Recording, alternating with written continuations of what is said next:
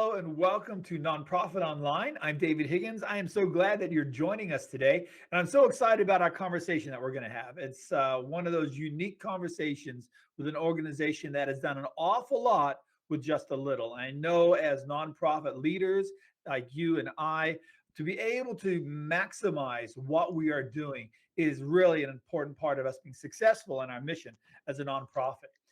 My entire 35 years working with nonprofits have given me a fascination with a small nonprofit that makes a big impact. And today we're going to do a deep dive into a high impact small nonprofit. And I know you're going to enjoy this conversation as we check out Serve Wenatchee Valley. And Serve Wenatchee Valley is an amazing nonprofit. This podcast is brought to you by two sponsors today. The first one is the Nonprofit Bookkeeper. The Nonprofit Bookkeeper has over 30 years experience and is working with nonprofits throughout Washington State as well as the United States, and is a specialist. Every single one of the bookkeepers working with the firm is a specialist with nonprofits, and many times are even asked to serve as on the board as people bringing in advice, professional advice, or even as a board member because of the value that is placed on what they do and what they present for nonprofits. If you'd like to know more about them, you can look them up at thenonprofitbookkeeper.com. And I'm sure they would love to connect with you. They do offer a free consultation for every nonprofit as they come in to see if the relationship would be healthy and beneficial for you. Secondly, our podcast today is brought to you by the book Demystifying Fundraising Funnels. Demystifying Fundraising Funnels gets released here on the 25th of January, and it is an amazing book. It is a digital marketing blueprint to fund your nonprofit. And what does a nonprofit do today when it's difficult to do our tactile fundraising? We must find a way to get our fundraising developed and growing online. And I have seen some amazing stories that come out from nonprofits that are able to start establishing their programs through online funding.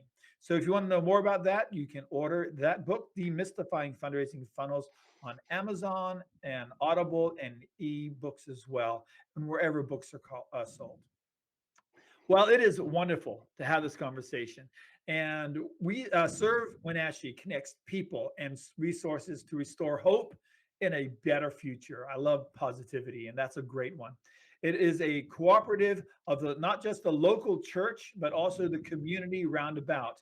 And when I started finding out how many people are involved in the Wenatchee Valley, I was astounded. It is an unusual amount, and we'll talk about that a little bit later in our conversation. It serves families, helping them overcome crisis and stay in their homes. In nearly 20 years of their existence, they have assisted over, get this, 16,000 families through Serve Wenatchee Valley as a conduit between the Wenatchee community and those in need of assistance. To lead a grassroots organization like this takes an extraordinary person. I am so glad today to connect with their executive director, Thom Nees. Thom, welcome to Nonprofit Online Podcast. It's great to be with you, David. Excited for this conversation today. We are really grateful that you had the time to be able to put aside to have this conversation with us. And I hope what comes out of it is really some answers to questions that other nonprofit leaders and volunteers are actually asking for wherever they are serving. And so I'm really glad. Now, the last time I was in Wenatchee was 1991. My guess it's changed a bit since then. It has changed just a little bit. Population since 1990 has close to doubled in that time frame.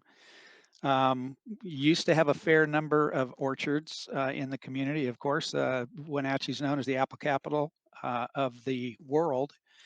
And if you came here now, you'd wonder why.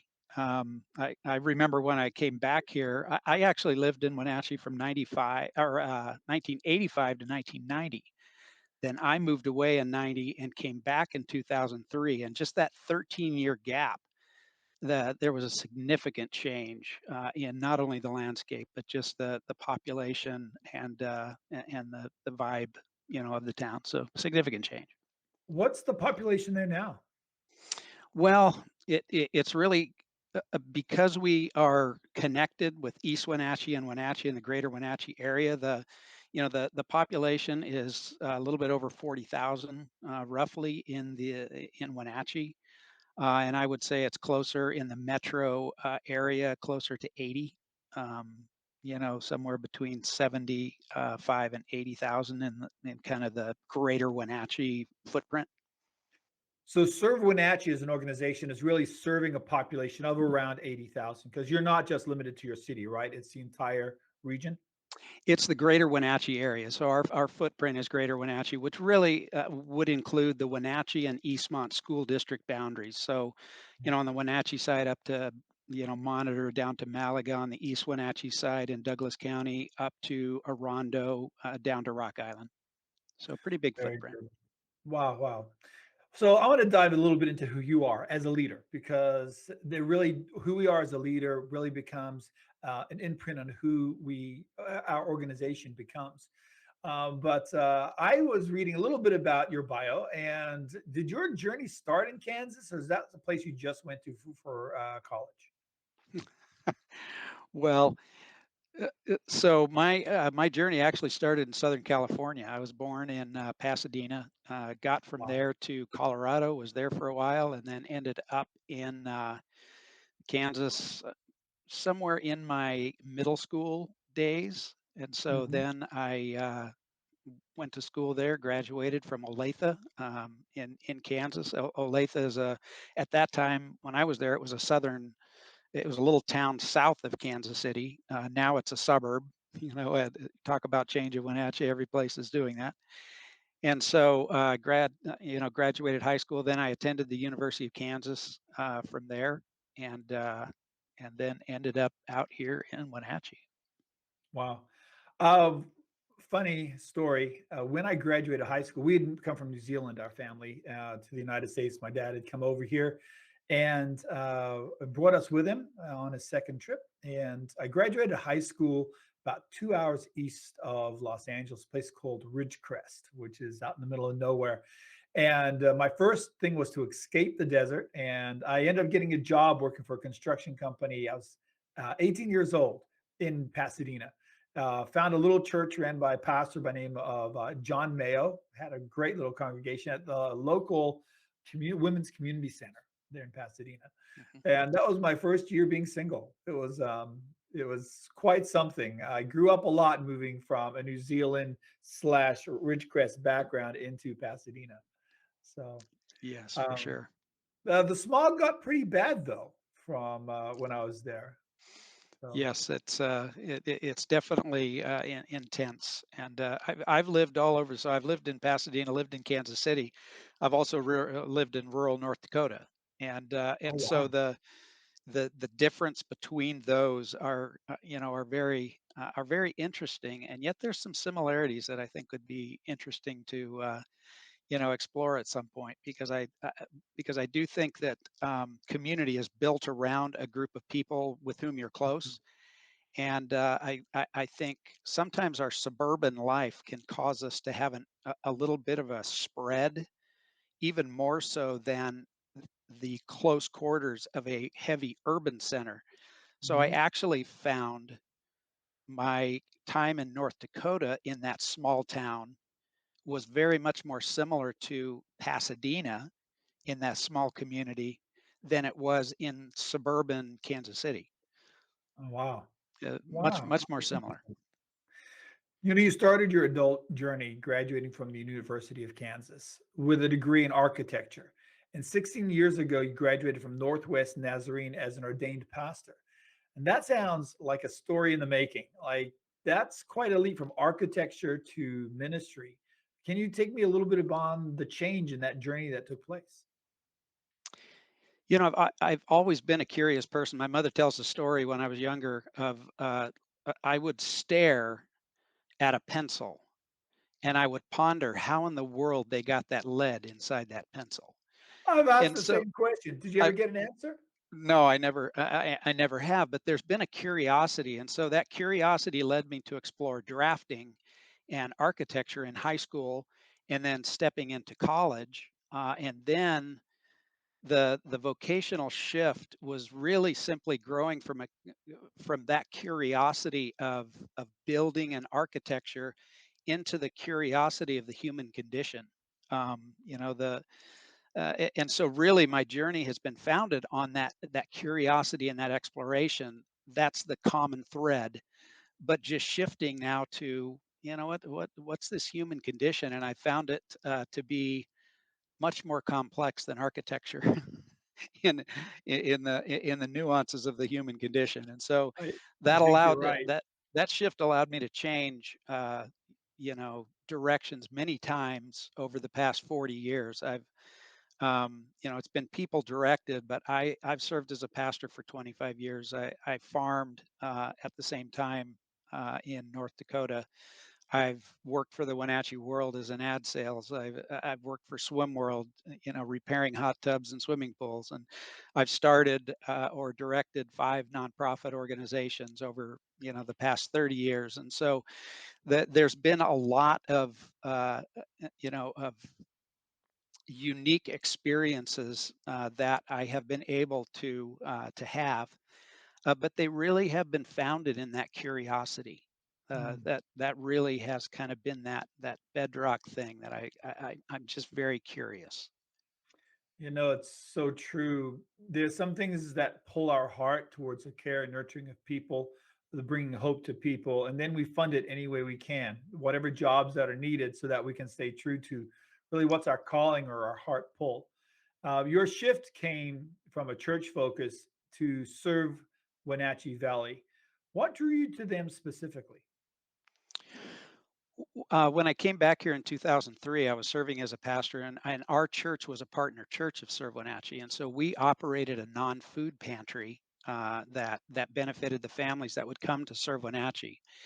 And so we were working in partnership. I also served on the board on 2 different occasions with Serve Wenatchee, so I knew the intricacy and kind of that working of the organization. Really loved its model, is its compassionate, you know, care, and its willingness, the organization's willingness to work with a multiple of churches to, you know, to figure out how to do this thing together. And so then when a good friend of mine, Bob Shepard, the previous director, announced his retirement back in 2017, again, my curiosity led me to say, I wonder if this might be something to which I'm drawn. And so I submitted my you know, resume for this position, and then just trusted the process. And they asked me upon consideration to serve, and stepped in there in August of 2017. Well, um, I do get a lot of questions about boards from different groups I'm consulting with. And you brought up something interesting. I want to just dive into it a little bit more. So, you have been on the board and now you're serving as the director. Do you still have a board position or do you serve at the behest of the board now? I serve at the behest of the board. And most nonprofits that I've been part of, the executive director is an ex officio member of the board with influence, no vote, and that's fairly typical. When you think of an ideal board or a really strong board to stand behind an organization, because obviously your organization is having some really good success, what qualities that are needed in a board that's really going to help drive a success of a mission of a nonprofit? One of the things that we do, that you know, that I've done in leadership for a long time, and brought into Serve Wenatchee, is, I'm not sure if you're familiar with Clifton's Strengths Finder, you know, Yes, survey. absolutely. And that what I did years ago was I quarantined off the, you know, if you're an executing theme or a strategic theme or influencing or a relational theme, then each board member, you put their gifts in there. And I think the strength of a board is found in its diversity. And so if you have a board full of people that get a lot done, they're very heavy in the executing theme, but they have no relational, you know, connection whatsoever. You get a lot done, but you don't like each other very much. Or the opposite could be true, where you've got a board made up of individuals highly in that relational theme, which you just love on each other all the time, but you don't get anything done. And so we are constantly, when we have new board positions open, it's a requirement to apply to the board to fill out a Clifton Strength Finder and find out where your giftings are, and then we evaluate that and how that matches up with our needs as an organization. And so it's not necessarily a single type of person as much as it is how they fit with the whole, because the way that nonprofit boards work is the board speaks with one voice. The board doesn't speak with 10 voices or 9 voices. It speaks as one voice. Now, each person in the decision making has a voice to bring into that decision. But once a decision is made, whether it's a 6-5 decision, or a 7-4, or an 11-0, the board has spoken, and everybody comes alongside and coalesces around that decision and figures out the way to, to move forward. And so, the other thing that I think is really valuable is, I want to have, the other thing diversity wise I look for community members that don't have a lot of connection to serve Wenatchee. I look at community members that have a connection. They either volunteered or been a part of it. And I also look for board members that may have been served by the services of Serve Wenatchee at some time in their life. And that gives you a perspective. You've got an outsider's perspective that comes in and can give you that. You need to look, see yourself through an outsider's perspective sometimes, which is helpful. You need to see yourselves for who you are from an insider, but you also need to understand uh, f- from a client perspective how these services matched up and how we can improve. And I think those things are really helpful. Is you mentioned 11. Is there 11 members on your board? There's 10. There's 10.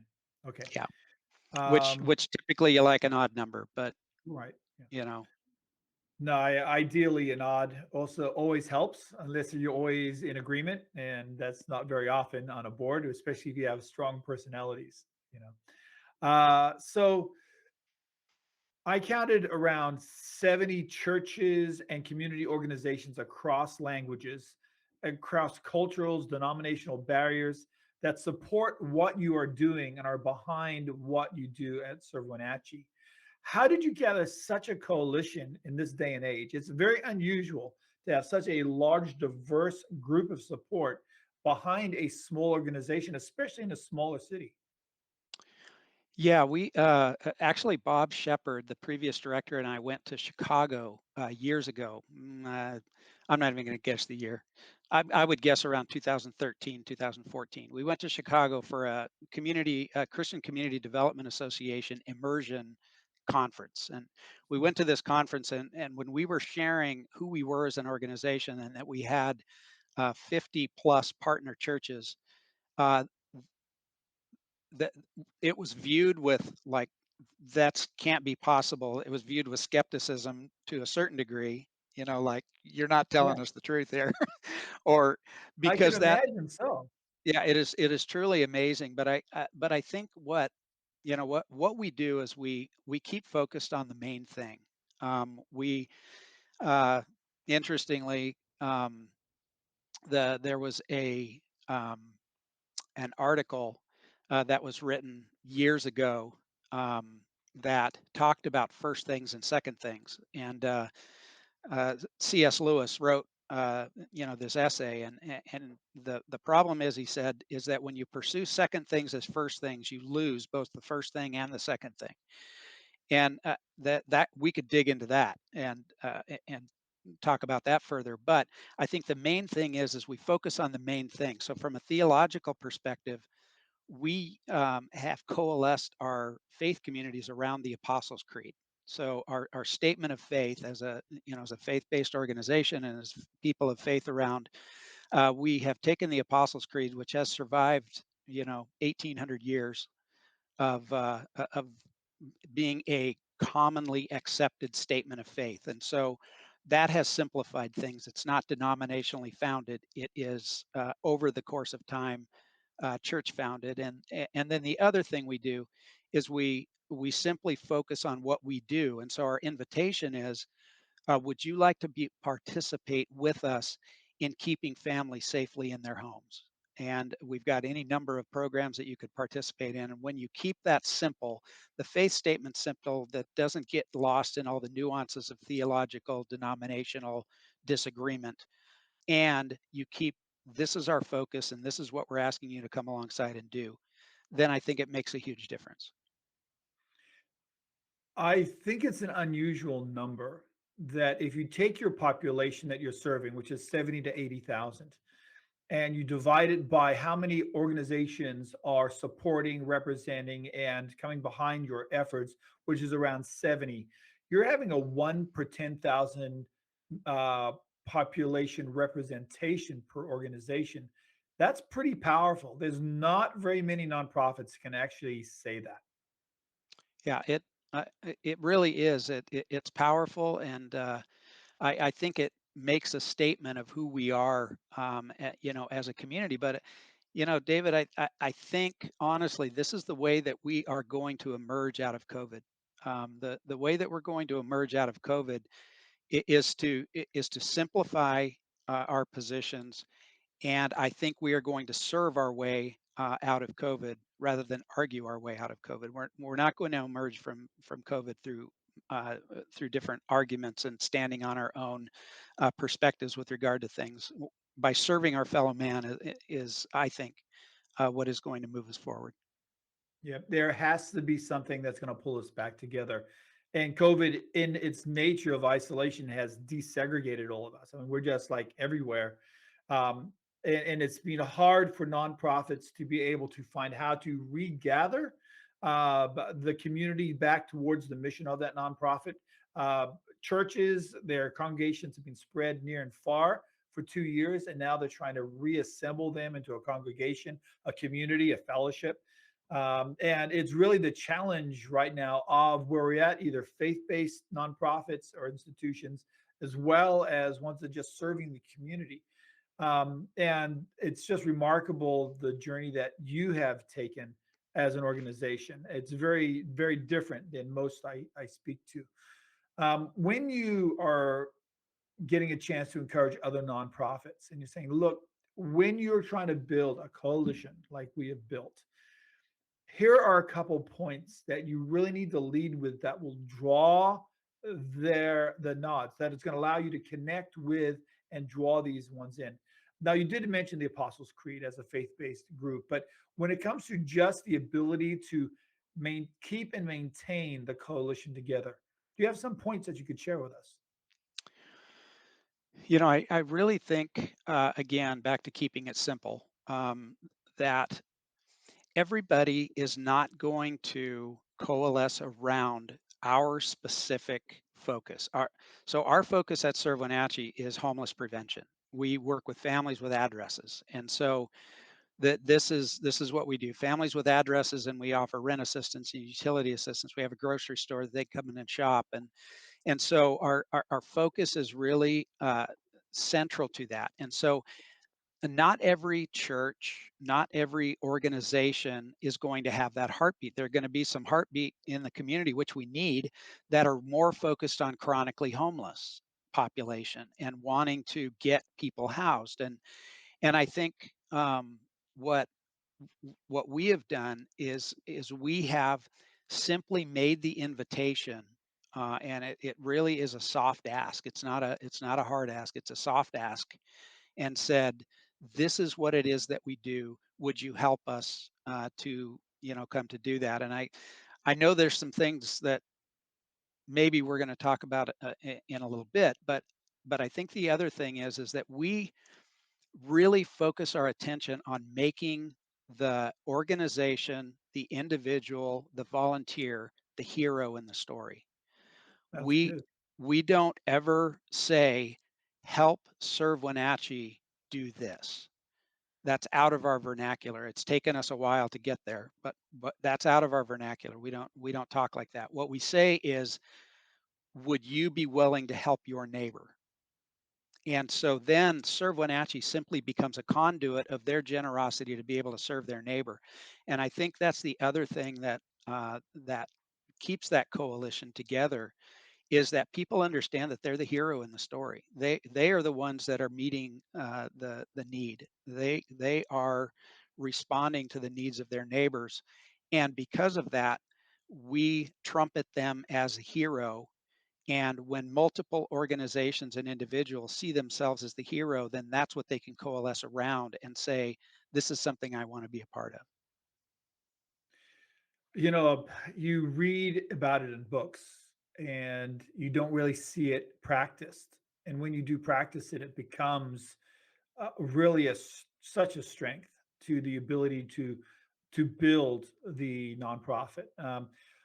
It sounds a little preachy, but you see that when Jesus washed the feet of his disciples, those who want to lead need to know how to serve. And serve means not bringing attention to yourself, but allowing the attention to move up towards the people you're caring for. And it's a hard thing to do sometimes when you're, um, especially with a lot of the faith-based nonprofits, the way they're driving about, oh, this is what we're doing, this is what, big vision, big vision, big vision. But all you're doing is you're talking about yourself, your vision, your mission. And then that gets adopted by secular nonprofits as well, where they just talk about what they're doing, what they're doing, what they're doing.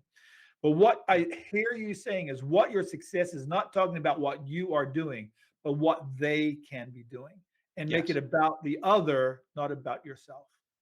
absolutely. And I think that's critical for us. And as I look at the success, here's what happens when you know that you're doing that well when individuals and organizations start doing things on your behalf that are unauthorized. And here's what I mean by that. All of a sudden, over the course of this past year, we've had no less than 20 food drives that have been done by organizations that simply said, we want to do good for our community. We're going to collect this and we're going to deliver all the food to serve Wenatchee Valley. And they don't reach out and say, hey, would you guys mind if we do a food drive?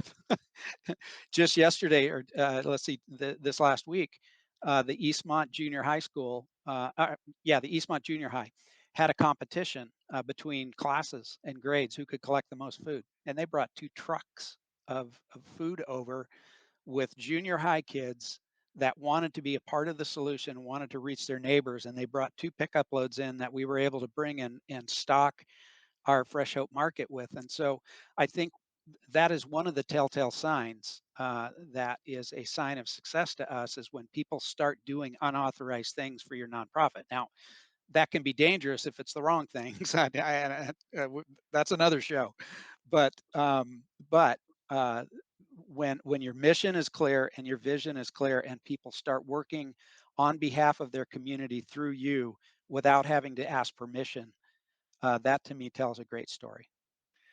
I When I think of, I think of things in points, like 1, 2, 3, 4.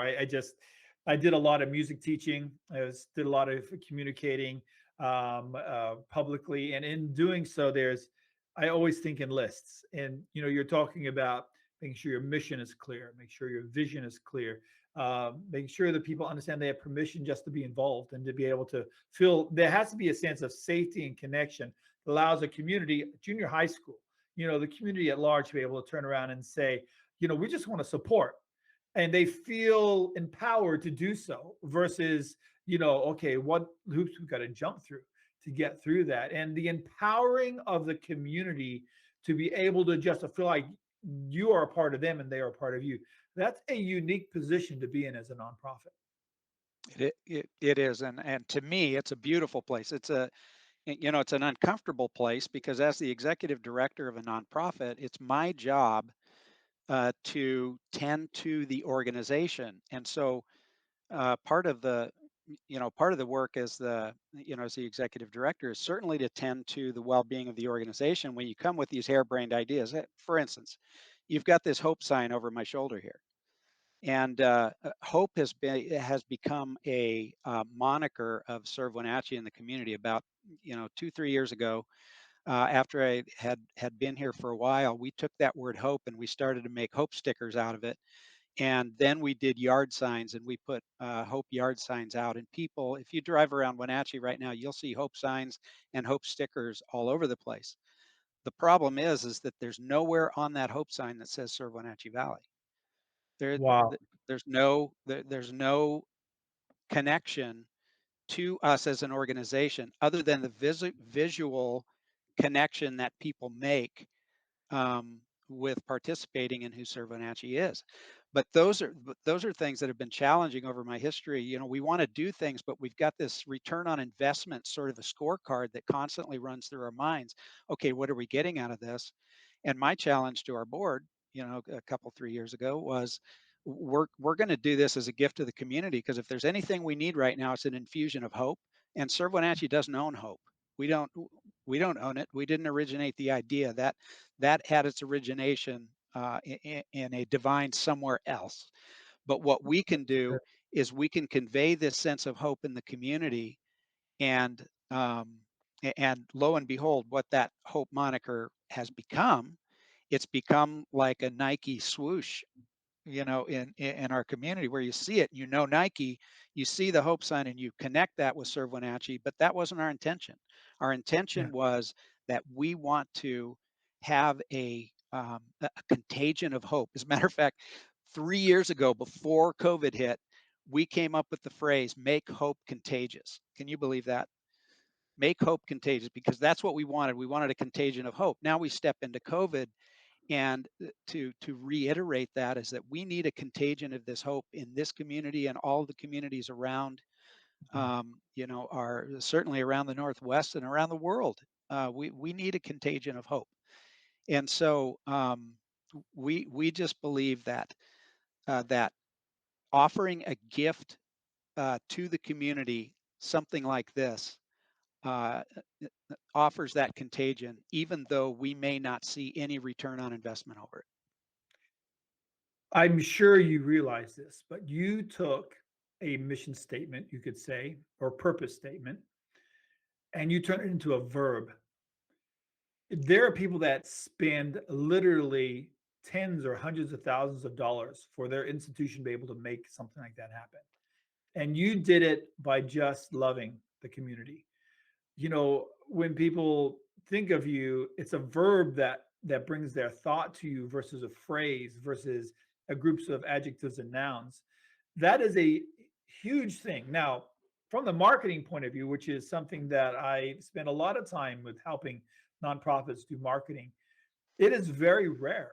And I just want to tell you, I even as we're having this conversation, I'm becoming more and more um, impressed. I don't know if that's the right word. I'm just thankful for the journey that you guys have taken, because it shows it can be done.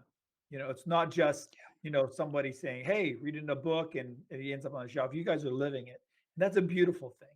It's a beautiful thing. Do you mind if I turn this Thank you, David. conversation into finances? Is that all No, right? no problem. So the big three income sources for nonprofits usually are grants, organizational sponsors, and reoccurring independent donors. In a climate where discovering new donors are important, and I'm sure in your case, this is, and as every nonprofit, it's always where the new generation of donors coming from. How do we do that in 2022? Well, one of the things that I was asked early on when I started Serve Wenatchee, somebody asked me, "Who is your customer at Serve Wenatchee Valley?" And my initial reaction was our clients and families that we serve. Those are our customers. I was challenged to rethink that assumption, and the challenge was our customers are actually our donors, our volunteers, and our supporters.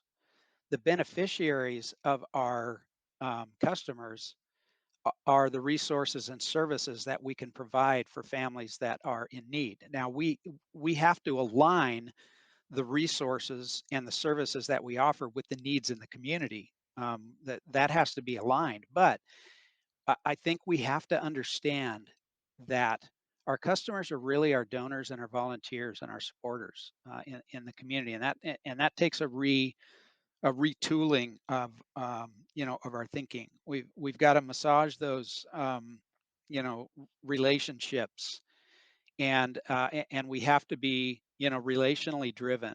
I think, again, we have to make the donor and the volunteer the hero in the story. I think that there has to be a constant shouting out of the hero, and moving away from, you mentioned earlier, the thought of changing it to a verb from a noun. I would say for much of my nonprofit existence, our mission was a noun. It was help serve Wenatchee so that we can do this. But from the customer standpoint, it was all about the noun. And when you connect that together, that they can be a part and make a difference, and then the storytelling and being able to to constantly report. We report through storytelling and telling the story that this is what happened today. Somebody walked in our office, and we did our Christmas program this year. By the way, throughout COVID, we've done all of our programs, but we've had to do them virtually, and Yeah. it's been truly amazing to be able to do that. But we had this young man come in, and he had about 12 years ago received a Christmas basket and Christmas gifts as a high school student. He was a high school student at the time, and his family was adopted for a Christmas program, delivered Christmas to them in a Christmas basket. 12 years later, he came back this Christmas, and he delivered a pickup load of toys to the Serve Wenatchee's Christmas program, Wow. because he was now paying it forward, and he was giving.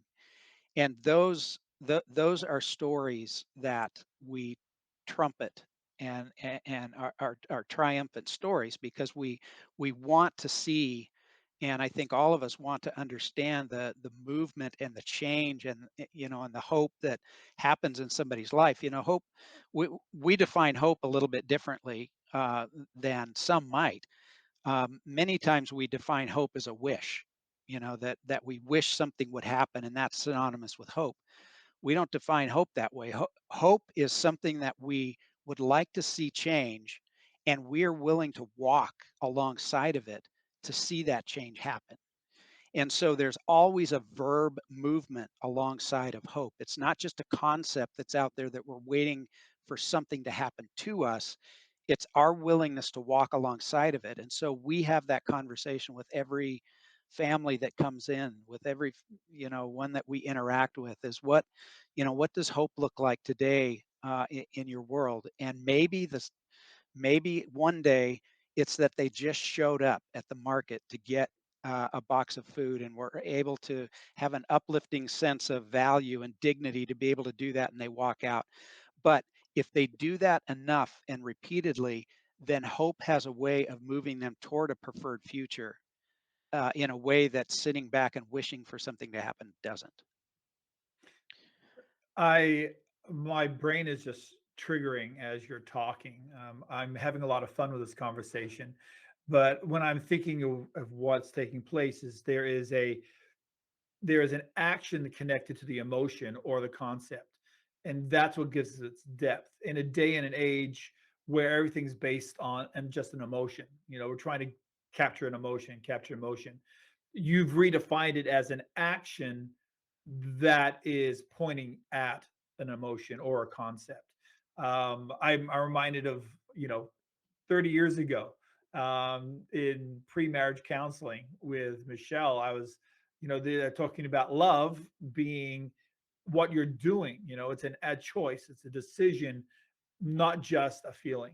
And Mhm. that connection is what it seems like Serve Wenatchee is doing when it comes to hope. It's a doer mentality, and that's phenomenal. If Yeah. somebody wanted to connect with you, with your organization, what's the best way they could do that? Best way is to go on our website, to go to servewenatchee.org. Down at the bottom, there's a connect, or a contact us tab, and click that. There's an email address that they can send. On that same page, there's a place that they can fill out and maybe ask some questions and submit any inquiry that they want to be able to make. And that is both on both sides of the equation. They're both those that would like to serve their community and be a part as a volunteer or a supporter, but those that have somebody that's in need. And if somebody is listening to this and has somebody that's in need in the Wenatchee Valley, I'd encourage them to reach out. Our office phone number is on there as well. When I see Serve Wenatchee and I see what you are doing, on this scope of national statistics, you would be considered a small nonprofit. but you're a small nonprofit that functions like a large, you have a large mentality. And for those of you that are listening to this podcast, if you want to actually see or get a feeling of what that looks like, because for most of you, you operate in a nonprofit that it runs under a $2 million budget, which would be considered small in the national scheme of things. But where Serve Wenatchee is at, they have not allowed the size of their community or the size of their nonprofit to define their impact. And I would encourage you to just have a look at what they're doing, view kind of get the spirit behind what is taking place with their nonprofit. Because I think not only will it inspire you, it'll encourage you to what you could do with your nonprofit. And so I've really appreciated this conversation. And thank you so much to connecting with us, Thom. But before you go, there's something we do at the end of every single podcast. That is, we give a shout out to a nonprofit that we think is doing a great job. So are you ready to do this? I am. Excellent. So I'm going to go first, Okay. and then I'll throw it to you, and then you can brag about somebody you think is doing an amazing job. Sound good? Yep. So I'd like to give a shout out to the Seattle Foundation. You can find them at seattlefoundation.org. They're an unusual nonprofit in the fact that they exist to work with and build the other nonprofits around them. And they have done a great job of lifting up and championing what others are doing. Their important work, as they would say it, is awarding grants, forging community partnerships, and educating community philanthropic organizations and partners about what is mostly aligning with organizations that align with their charitable interests. But they have become a champion of many others. And just like what's happening at Serve Wenatchee, which is a champion of those that are trying to stay home and housed, this wonderful organization, Seattle Foundation, is trying to champion the nonprofits, especially the ones that are struggling and just getting started in the Seattle area. So check them out, seattlefoundation.org. All right, your turn, Thom. Who would you like to give a shout out to? I'd like to give a shout out to Hand in Hand Immigration Services. Hand in Hand Immigration Services was started about 6, 7 years ago, and is a trusted place where immigrants can get accurate, up to date information on citizenship, the process and clarification of requirements. They offer legal assistance that's conducted by caseworkers who have been accredited by the Department of Justice, and guidance through a system to be able to help them fulfill their dream of U.S. citizenship. And this is a small nonprofit that has literally reached thousands of immigrants in the Wenatchee Valley. Wonderful. And what is their URL? Their URL is hand in hand. I'm sorry, hand in hand. We'll wait. It's worth waiting for because that's a great nonprofit, and it sounds like they're doing a fantastic job. They are.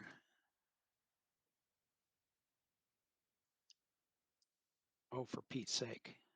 I hope you can edit that part out. Okay, I'll go ahead and edit that. I'm going to stall for time.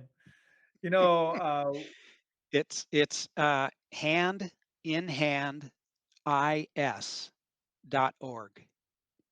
handinhandis.org. What a great institution. I'm going to look them up when we're done with this conversation, see what they're about. And that's pretty neat. Thank you so much for being our guest today, Thom. It's been a really fascinating conversation. And Truly, truly been my honor to join you today, David. And I hope our paths will cross again. that would be fantastic. And to all of you that are listening to this podcast, thank you for what you do every day. Thank you for being the champion of those that are needing somebody to stand next to them and help them. Like we always say here at Nonprofit Online Podcast, let's champion the good, let's celebrate kindness. And until we get to speak again, have an amazing day. And I cannot wait till the next conversation because I am sure it'll be encouraging and make you walk away with a smile. Have a great one today. Bye now.